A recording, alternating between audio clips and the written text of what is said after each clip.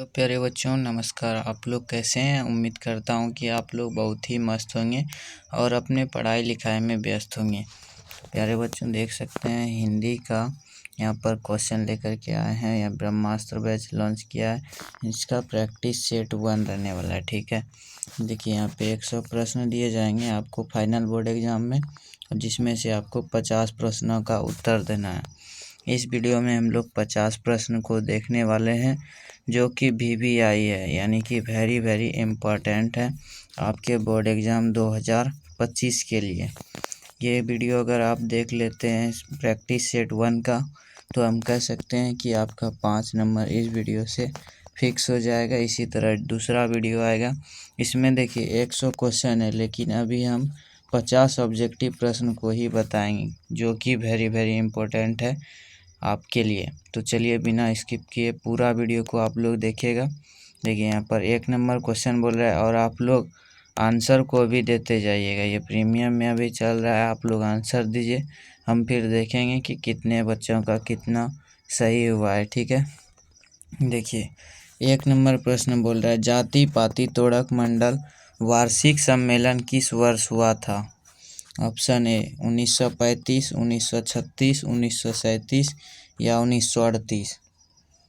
बताइएगा आप लोग, जल्दी जल्दी से कमेंट कीजिएगा। हम फिर बाद में इसको देखेंगे कि कितने बच्चों का कौन सा ऑप्शन सही हुआ है। ठीक है, तो इसका राइट आंसर ऑप्शन बी हो जाएगा, 1936 ईस्वी में हुआ था। अगला प्रश्न है, देखिए यहाँ पर अगला प्रश्न आपके स्क्रीन पर है। भीमराव अंबेडकर भारत में बेरोजगारी का एक प्रमुख व प्रत्यक्ष कारण किसे मानते हैं? कार्यकुशलता, जाति प्रथा, उद्योगों की कमी, प्रतिकूल परिस्थितियां। तो इसका राइट आंसर ऑप्शन बी हो जाएगा, जाति प्रथा को मानते हैं। ठीक है, अगला प्रश्न है, अगला प्रश्न बोल रहा है, पड़ोसियों के आवारागर्द छोकरों के साथ लट्टू कौन नचा रहा था? तो इसका राइट आंसर आप लोग जल्दी से बताइएगा, खोखा, रजनी, मदन या गिरधर। तो इसका राइट आंसर ऑप्शन सी हो जाएगा, आवारागर्द छोकरों के साथ मदन लट्टू को नचा रहा था। ठीक है, अगला प्रश्न है, आपको हम एक बात और बता दें कि इसका PDF अगर आप लेना चाहते हैं तो डिस्क्रिप्शन में टेलीग्राम का लिंक दिया हुआ है, वहाँ से जाके टेलीग्राम में आप लोग जुड़ जाइएगा, वहीं पर इसका आपको PDF भी मिल जाएगा। ठीक है, देखिए यहाँ पर अगला प्रश्न है, चौथा नंबर बोल रहा है, नाउम्मीद बुढ़ापे की आँखों का तारा है? मदन, खोखा, रजनी, शेफाली। तो इसका राइट आंसर ऑप्शन बी हो जाएगा, खोखा। अगला प्रश्न है, 5वां नंबर बोल रहा है, किसकी खोज से हमारी ऐतिहासिक चेतना में नया अध्याय जुड़ गया है? बताइएगा, संस्कृत, अंग्रेजी, उर्दू या हिंदी। तो इसका राइट आंसर ऑप्शन ए हो जाएगा, संस्कृत। ऑप्शन ए बिल्कुल राइट आंसर हो जाएगा। आप लोग भी अपना आंसर मिलाते चलिएगा। अगला प्रश्न है, यहाँ पर देख लीजिए, जहाज के डेक पर खड़े कितने वर्ष के सर जोन्स ने देखा कि सूर्य अपर में डूब रहा है? 35 वर्ष के, 37 वर्ष के, 38 वर्ष के, 36 वर्ष के। वेरी वेरी इम्पोर्टेंट है आप लोग के लिए। 2025 में जो भी बच्चे क्लास 10 से हिंदी का पेपर देने वाले हैं, यहीं से आपको प्रश्न मिलेगा, तो आप लोग पूरा 50 में 50 ऑब्जेक्टिव क्वेश्चन को याद कर लीजिएगा। ठीक है, इसका right answer option number B हो जाएगा, 37 वर्ष के। अगला प्रश्न है, चारु चंद्रलेख नामक उपन्यास किस लेखक की रचना है? हजारी प्रसाद द्विवेदी, अमरकांत, यतीन्द्र मिश्र, भीमराव अंबेडकर। तो इसका राइट आंसर ऑप्शन ए हो जाएगा, चारु चंद्रलेख हजारी प्रसाद द्विवेदी जी ने लिखा है। ठीक है, अगला प्रश्न है, बोल रहे हैं, हजारी प्रसाद द्विवेदी के अनुसार मनुष्य में नाखून किसके जीवंत प्रतीक है? तो इसका right answer option number C हो जाएगा, पांचवी वृत्ति के। ठीक है, पांचवी वृत्ति के जीवन का प्रतीक है। ऑप्शन सी बिल्कुल राइट आंसर हो जाएगा। अगला प्रश्न है, हजारी प्रसाद द्विवेदी को किस रचना पर साहित्य अकादमी पुरस्कार प्राप्त हुआ था? आप लोग भी अपना आंसर जल्दी जल्दी से देते जाइएगा, ठीक है। कल्पलता, विचार प्रभा, आलोक पर्व या कुटज? तो हजारी प्रसाद द्विवेदी जी को आलोक पर्व पर साहित्य अकादमी पुरस्कार प्राप्त हुआ था। ऑप्शन सी बिल्कुल राइट आंसर हो जाएगा, आलोक पर्व, ठीक है। अगला प्रश्न है, अगला प्रश्न बोल रहा है, बेतमा दानपत्र कब का है? 1022 ईस्वी का, 1020 ईस्वी का, 1030 ईस्वी का या 1040 ईस्वी का? बेतमा दानपत्र कब का है? तो इसका राइट आंसर ऑप्शन बी हो जाएगा, बेतमा दानपत्र 1020 ईस्वी का है, ठीक है। अगला प्रश्न है, दक्षिण भारत के पांड्य प्रदेश के किस राजा के पालियम ताम्रपत्र मिले हैं? राजा शंकर प्रताप के, राजा स्त्रेसेन के, राजा सौविक के, राजा वर्गुन के? तो इसका राइट आंसर ऑप्शन डी हो जाएगा, राजा वर्गुन के, ठीक है। अगला प्रश्न है, यहाँ से देखिए, बोल रहा है 11 रुपये की साड़ी के खूंट से निकालकर यही चारपाई पर रखे पर वे मिल नहीं रहे, यह किसने कहा है? लेखक की पत्नी, रिश्तेदार की पत्नी, बहादुर की माँ या इनमें से कोई नहीं?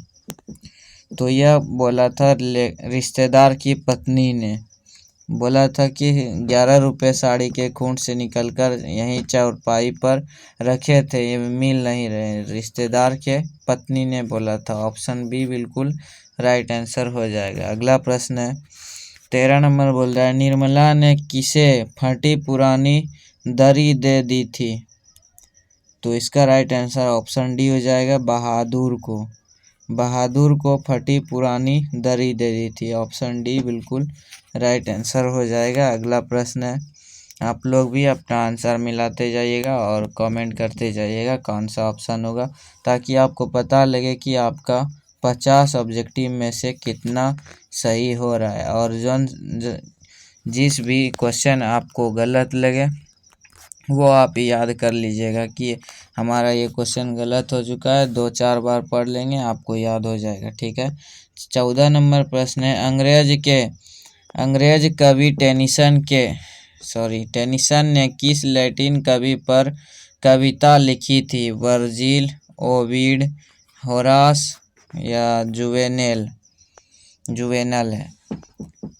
तो इसका राइट आंसर ऑप्शन ए हो जाएगा, वर्जिल, ठीक है। अगला प्रश्न है, लेखक रामविलास शर्मा का जन्म किस वर्ष हुआ था? 1911 में, 1913 में, 1912 में, 1914 में? तो लेखक रामविलास का जन्म 1912 ईस्वी में हुआ था। ऑप्शन सी बिल्कुल राइट आंसर हो जाएगा, ठीक है। पीडीएफ आपको इसका डाउनलोड कर लेना चाहिए, तो टेलीग्राम में आप लोग जुड़ जाइएगा, वहाँ पर इसका पीडीएफ आपको मिल जाएगा। अगला प्रश्न है, कितने वर्ष की उम्र में बिरजू महाराज को संगीत नाटक अकादमी अवार्ड मिला?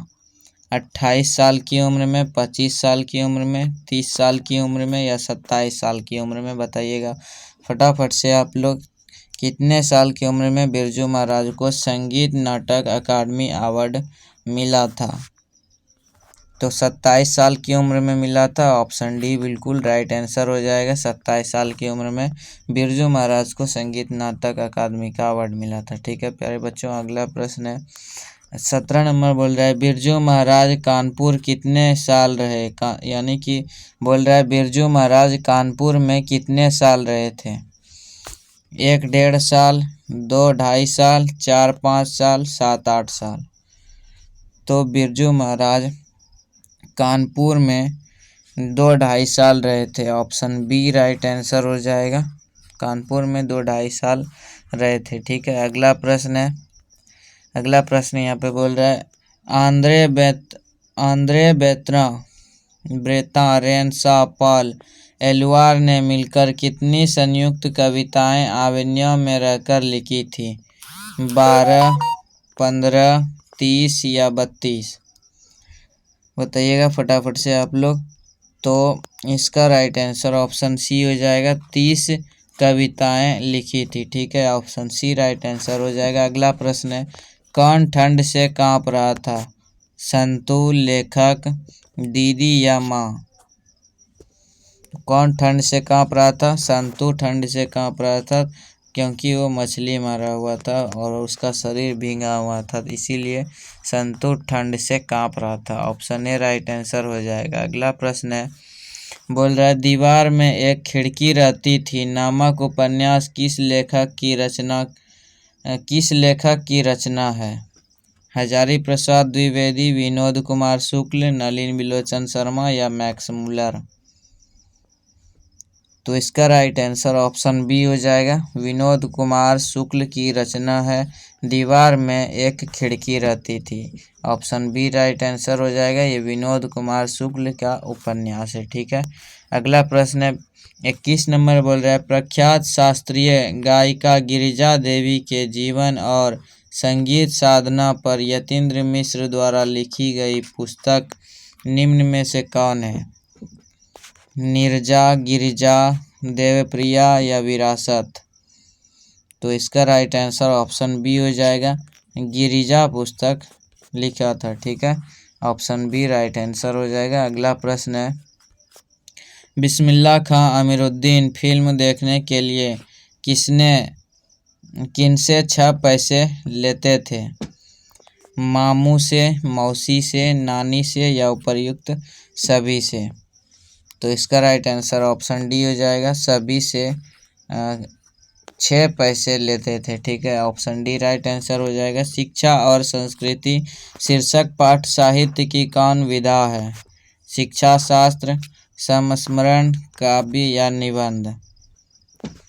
तो इसका राइट आंसर ऑप्शन ए हो जाएगा। आप लोग मिला लीजिएगा, शिक्षा शास्त्र। बताइएगा आप लोगों का सही हुआ या गलत हुआ।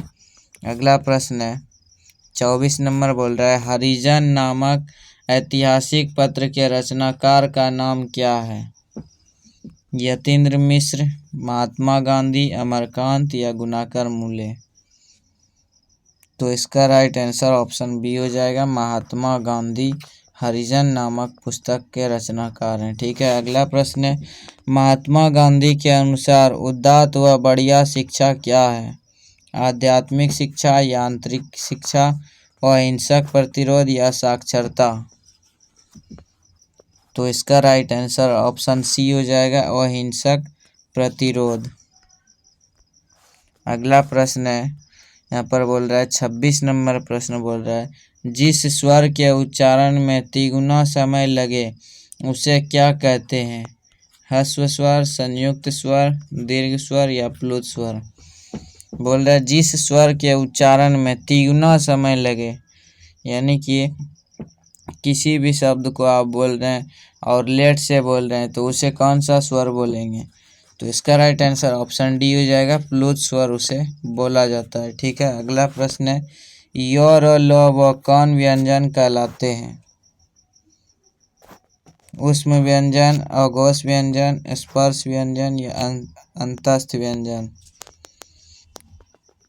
तो इसका राइट आंसर ऑप्शन डी हो जाएगा, अंतस्थ व्यंजन कहलाते हैं य र ल व। ठीक है, अगला प्रश्न है 28 नंबर बोल रहा है, भ का उच्चारण स्थान है कंठ, तालु, ओष्ठ या मूर्धा?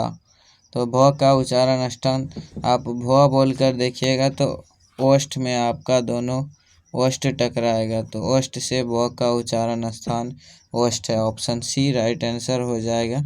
अगला प्रश्न है, भाषा के कितने रूप हैं? 1, 2, 3 या 4? बताइएगा भाषा के कितने रूप हैं? तो इसका राइट आंसर ऑप्शन सी हो जाएगा, भाषा के 3 रूप हैं। ठीक है, भाषा के 3 रूप हैं, ऑप्शन सी राइट आंसर हो जाएगा। अगला प्रश्न है, बोल रहे 30वां नंबर प्रश्न बोल रहे, नेपाल शब्द कौन संज्ञा है? जातिवाचक, व्यक्तिवाचक, भाववाचक या समूहवाचक?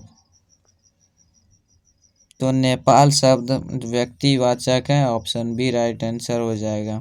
अगला प्रश्न है, संज्ञा के कितने भेद होते हैं?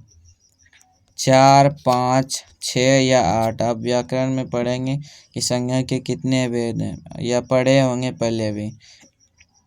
तो संज्ञा के आपको पता होगा कि 5 भेद होते हैं, जिसका नाम है व्यक्तिवाचक, जातिवाचक, भाववाचक, समूहवाचक, द्रव्यवाचक। तो संज्ञा के 5 भेद होते हैं, ऑप्शन बी राइट आंसर हो जाएगा। अगला प्रश्न है 32 नंबर बोल रहा है, मेरा एक कुत्ता है जो नेपाल से लाया गया है, यह किस सर्वनाम का उदाहरण है? और निश्चयवाचक, संबंधवाचक, प्रश्नवाचक या निजवाचक। तो इसका राइट आंसर ऑप्शन बी हो जाएगा, यह संबंधवाचक है। बोल रहे हैं मेरा एक कुत्ता है, तो कुत्ता से संबंध है मेरा, तो संबंधवाचक हो जाएगा, ऑप्शन बी राइट आंसर हो जाएगा। ठीक है। अगला प्रश्न है, राष्ट्र शब्द का विशेषण है? राष्ट्रीय, राष्ट्रीय, राष्ट्रित, राष्ट्रीय। तो इसका राइट आंसर ऑप्शन बी हो जाएगा, राष्ट्रीय। राष्ट्र शब्द का विशेषण राष्ट्रीय है। आप लोगों को कंफ्यूज नहीं होना, यहाँ पर देखिए ऑप्शन डी में राष्ट्रीय है लेकिन हर्षी का लगा हुआ है, और जिसका कि पूरा शुद्ध नाम राष्ट्रीय में दीर्घी का होता है, यानी कि आपको ऑप्शन बी राइट आंसर हो जाएगा आपका। ठीक है। अगला प्रश्न है 34 नंबर बोल रहा है, पर्वत शब्द का विशेषण क्या होगा? पर्वती, पर्वत, पर्वतीय, पर्वतीय। तो पर्वत शब्द का विशेषण होगा पर्वतीय, ऑप्शन सी राइट आंसर हो जाएगा। अगला प्रश्न है, जिस विकारी शब्द से एक पदार्थ या एक व्यक्ति का बोध होता है उसे क्या कहते हैं? बहुवचन, एकवचन, द्विवचन या इनमें से कोई नहीं। तो इसका राइट आंसर ऑप्शन बी हो जाएगा, एक वचन उसे कहते हैं। ठीक है। अगला प्रश्न है, अभी तक आप लोग वीडियो को लाइक नहीं किए हैं तो वीडियो को लाइक करके चैनल को भी सब्सक्राइब ज़रूर कर लीजिएगा, और कमेंट में बताइएगा आपका 50 में कितना ऑब्जेक्टिव सही हुआ, और आपको सुधार करना है। जिस भी क्वेश्चन में आपको डाउट है उसको आप लोग कन्फ्यूज को दूर कर लीजिएगा। ठीक है।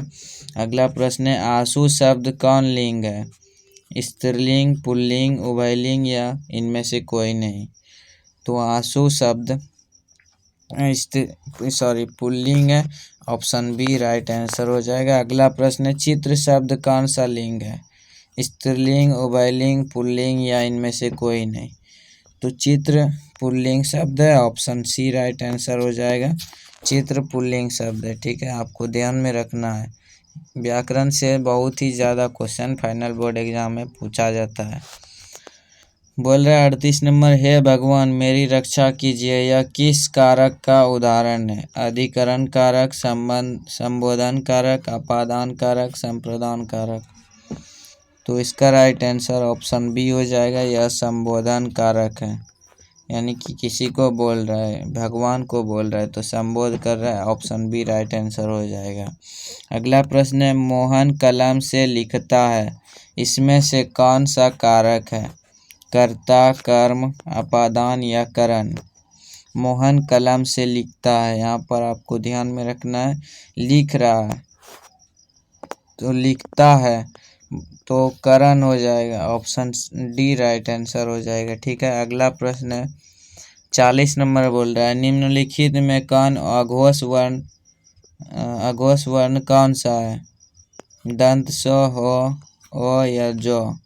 तो अघोष वर्ण दंत स होते हैं, ऑप्शन ए राइट आंसर हो जाएगा। अगला प्रश्न है, गुरु नानक का जन्म कब हुआ था?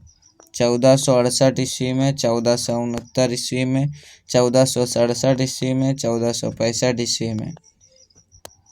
तो गुरु नानक का जन्म 1469 ईस्वी में हुआ था, ऑप्शन बी राइट आंसर हो जाएगा, आपको ध्यान में रखना है। ठीक है। अगला प्रश्न है, देखिए 42 नंबर बोल रहा है, सीखा शब्द का अर्थ है बुद्धि, चोरी, व्यर्थ या पहचान। तो इसका राइट आंसर ऑप्शन बी हो जाएगा, सीखा शब्द का अर्थ चोरी होता है। अगला प्रश्न है, मोहन छवि रसखानी लखी अब दग अपने नाही, किस कविता की पंक्ति है? स्वदेशी, भारत माता, प्रेमैनी श्री राधिका या हमारी नींद। बताइएगा जल्दी से आप लोग क्या होगा इसका आंसर। तो ऑप्शन सी राइट आंसर हो जाएगा, प्रेम आइनी श्री राधिका। अगला प्रश्न है प्रेम मार्ग का ऐसा प्रवीण और धीर पथिक तथा जवादानी का ऐसा दावा रखने वाला ब्रजभाषा का दूसरा कवि नहीं हुआ है। कवि घनानंद के बारे में यह किसने कहा? आचार्य रामचंद्र शुक्ल ने, हजारी प्रसाद द्विवेदी ने, विनोद कुमार शुक्ल ने या अमरकांत ने? तो ऐसा आचार्य रामचंद्र शुक्ल ने बोला था। ऑप्शन ए बिल्कुल राइट आंसर हो जाएगा। अगला प्रश्न है, कवि घनानंद अपने आंसुओं को कहाँ पहुँचाना चाहते हैं? अपने घर के आंगन में, पड़ोसी के घर के आंगन में, सुजान के आंगन में या माँ के आंगन में? तो कवि घनानंद अपने आंसू को सुजान के आंगन में पहुँचाना चाहते हैं। ऑप्शन सी इसका राइट आंसर हो जाएगा। अगला प्रश्न है, देखिए यहाँ पर अगला प्रश्न बोल रहा है, कौन कवि काव्य और जीवन दोनों क्षेत्रों में भारतेंदु हरिश्चंद्र को अपना आदर्श मानते थे? सुमित्रानंदन पंत, रामधारी सिंह दिनकर, कुंवर नारायण, बद्री नारायण चौधरी, प्रेमगन? तो इसका राइट आंसर ऑप्शन डी हो जाएगा, बद्री नारायण चौधरी प्रेमगन। ठीक है। अगला प्रश्न है, भारत माता शीर्षक कविता किस कविता संग्रह से संकलित है? ऑप्शन ए पल्लव, ग्राम्या, वीणा या ग्रंथि? तो इसका राइट आंसर ऑप्शन बी हो जाएगा, यह ग्राम्या से संकलित है। भारत माता ग्राम्य कविता से संकलित है, आपको ध्यान में रखना है। अगला प्रश्न है, आप लोग अभी तक वीडियो को लाइक नहीं किए हैं तो प्लीज़ वीडियो को लाइक करके चैनल को सब्सक्राइब ज़रूर कर लीजिएगा ताकि आपको नोटिफिकेशन वगैरह मिलता रहे। और एक बात ध्यान में रखना है आपको, मंथली एग्ज़ाम का हर क्वेश्चन यहाँ पर बताया जाता है। Monthly exam, terminal exam, sent up exam और फाइनल एग्ज़ाम साथ साथ। तो आप लोग चैनल को भी सब्सक्राइब कर लीजिएगा ताकि जैसे ही हम इस वीडियो को जैसे ही हम अगला वीडियो को डालेंगे तो आपको नोटिफिकेशन सबसे पहले मिल जाए। ठीक है। देखिए 48 नंबर प्रश्न बोल रहा है, दैन्य जड़ित अपलक नत चितवन अधरों में चिर निखरोधन यह पंक्ति किस कविता की है? जनतंत्र का जन्म, एक वृक्ष की हत्या, भारत माता या अक्षर ज्ञान? तो इसका right answer option number C हो जाएगा, यह भारत माता की पंक्ति है। ठीक है। अगला प्रश्न है, परशुराम की प्रतीक्षा किसकी रचना है? सुमित्रानंदन पंत, अनामिका, कुंवर नारायण, रामधारी सिंह दिनकर? तो परशुराम की प्रतीक्षा जो है वो रामधारी सिंह दिनकर की रचना है। ऑप्शन डी बिल्कुल राइट आंसर हो जाएगा। अगला प्रश्न है, देखिए यहाँ पे 50 नंबर सबसे लास्ट प्रश्न आ चुका है, दो राह समय के रथ का घर घर नाद सुनो, सिंहासन खाली करो की जनता आती है यह पंक्ति किस शीर्षक कविता की है?